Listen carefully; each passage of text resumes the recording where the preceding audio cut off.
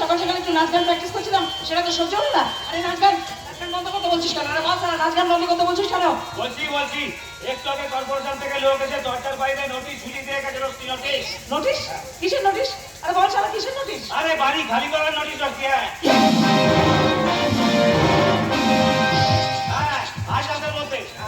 আজ রাতের মধ্যে আমাদের এই বাড়ি থেকে জমে যেতে হবে, কাল সকালে পুলিশের সমস্ত মালপত্র নিয়ে দরজার বাইরে ছেড়ে দেবে। হ্যাঁ তাই নাকি? তারা পুলিশের এত ক্ষমতা? আমি মিনা বাজারের রশ্মি ভাই, বেনারসের এই কুড়িতে বছরের পর বছর ধরে নাচ গানের ব্যবসা চালাচ্ছি।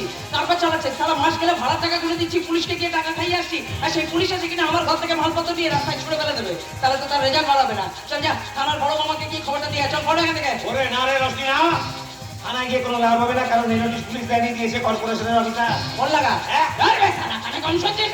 কর্পোরেশনের অফিসারকে ফোন লাগা। বল তাহলে রশ্মি ভাই ফোনে কথা বলতে চাই, লাগা ফোন। কোনো কথা আমার কাছে কি অফিসারের নম্বর আছে? আমি ফোন করবো। আমি এবারের একজন সামান্য কেয়ারটেকার, আমার মতো 2 টাকা লোকের কাছে।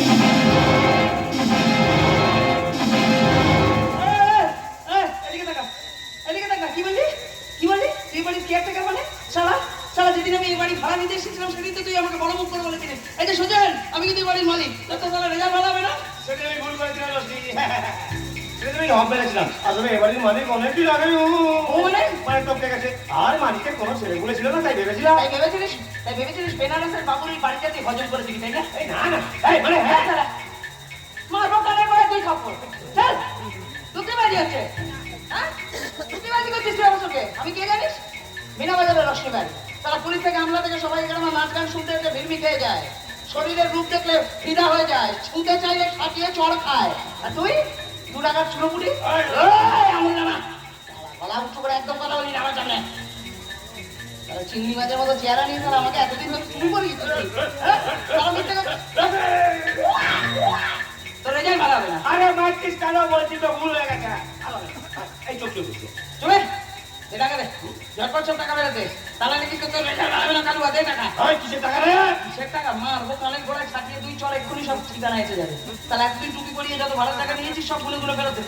ও ভাড়ার টাকা দেবো তো দেবো, সব টাকা ফেরত দেবো।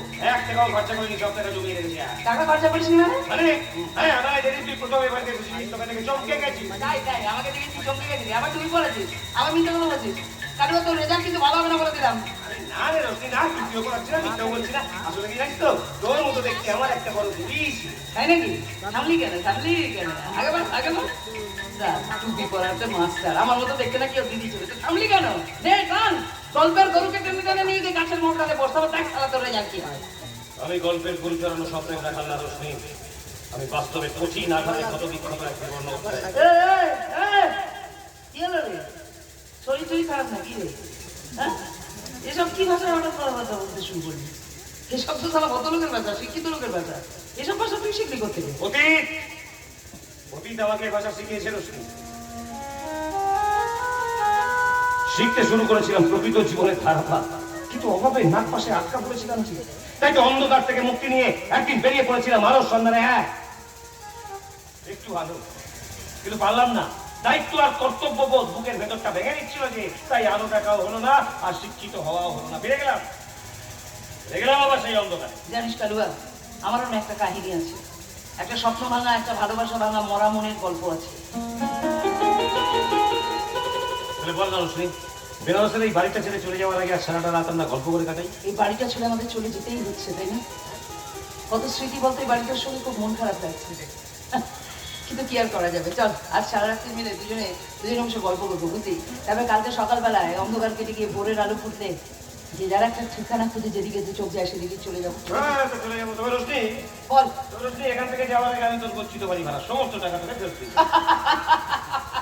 তার আগে তুই আমাকে একটা কথা বলতো, এতগুলো টাকা এই ভাড়ার টাকা তুই এতদিন খরচা না করে তার জন্য জমিয়েছিলিস? মেরে তোর কাঞ্চাপাটি গরম করে দেবো। তাহলে টাকা খরচা না করে আমার জন্য জমিয়ে রেখেছো তুমি। সত্যি বলছি, বিশ্বাস কর, তোর জন্য। ধরে নে এক ছোট ভাই তার টাকাগুলো এই আলো নেমে গেল রে। বাপরে বাপ, কি জোরে একটা বাজ পড়লো কাছাকাছি। কিভাবে বিদ্যুৎ চমকাচ্ছে, ঝড় উঠবে বলে মনে হচ্ছে, জানিস? ঝড় উঠছে। উঠুক ঝড় উঠুক, থাকুক আজকে একটু অন্ধকার। আজ এই অন্ধকারকে সাক্ষী রেখে আমি তোর জীবনের সব কথা শুনবো, সব গল্প শুনবো, আর তোকে বলবো আমার জীবনের সব কথা, সব গল্প। জানিস কালুয়া, ছেলেবেলায় যেদিন প্রথম জানতে পেরেছিলাম না যে আমার মা একজন পতিতা, সেদিন সারা রাত সারা রাত শালা ঘুমোতে পারিনি। আমিও ঘুমোতে পারতাম না। পাশে শুয়ে থাকা দিদিকে জড়িয়ে ধরে জিজ্ঞেস করেছিলাম, কাঁদছিস কেন দিদি, ঘুমাবি না? আসলে বয়স্ক মানেও একটু একটু সবটাই বুঝতে পারতাম। কলকাতার বাগবাজার অঞ্চলে মায়ের হাত ধরে একদিন একটা মেয়েদের নাম করা স্কুলে আমি ভর্তি হতে গেছিলাম, কিন্তু স্কুল বাপ রে কি গুমর। সেদিন সে শালা কিছুতেই আমাকে ভর্তি নিল না তো নিলই না, কারণ ওই স্কুলকে সেদিন আমার মা আমার বাপের নামটা বলতে পারেনি যে। আমি কিন্তু স্কুলে ভর্তির সময় একটা বাবা পেয়েছিলাম, পরে অবশ্য জানতে পেরেছিলাম লোকটা আমার বাবা ছিল না। আমার মা লোকটাকে ভাড়া করেছিল। বাবা রে বাবা, ভাড়া করা বাবা। কলকাতার একটা নাম করা পতিতাপল্লীতে আমার জন্ম হয়, কিন্তু আমি বড় হয়ে ওঠার পর আমার জীবনে নেমে এসেছিল ভয়ঙ্কর একটা দুর্যোগ। আমার গর্ভধারিণী মা মানে আমার জন্মদাত্রী মা একদিন আমাকে আমার ইচ্ছের বিরুদ্ধে আমার